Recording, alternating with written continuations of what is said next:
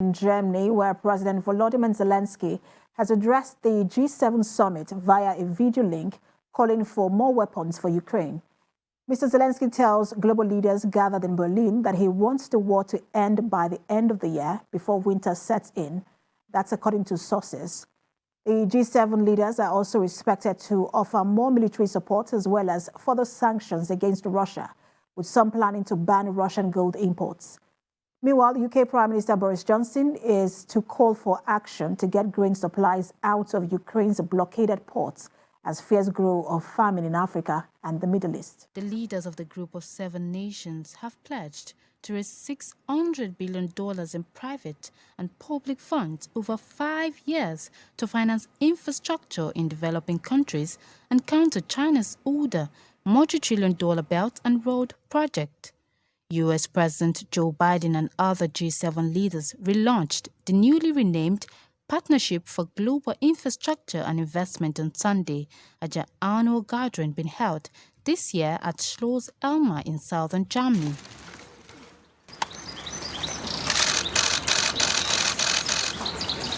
He said the United States would mobilize $100 billion in grant, federal funds and private investment over 5 years to support projects in low and middle-income countries that help tackle climate change, as well as improve global health, gender equity, and digital infrastructure.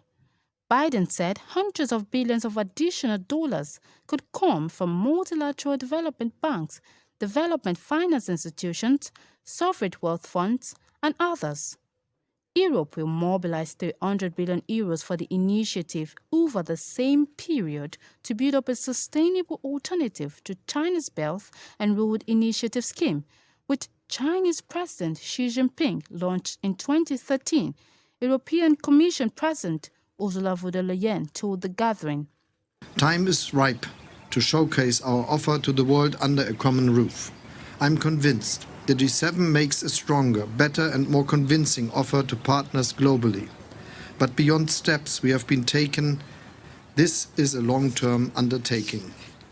Germany will move this work forward beyond the Elmar Summit to make progress towards an equitable world, and I will hand over an even stronger joint initiative to Fumio end of this year. Our nations and our world stand at a genuine inflection point in history. Technology has made our world smaller, more immediate, and more connected.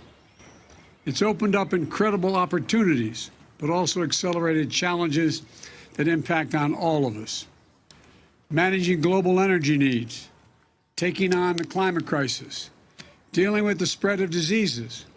And the choices we make now, in my view, are going to set a direction of our world for several generations to come.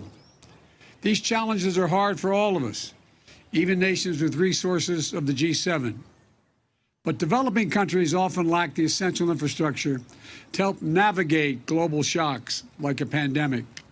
So they feel the impacts more. You just down a bit to put these guys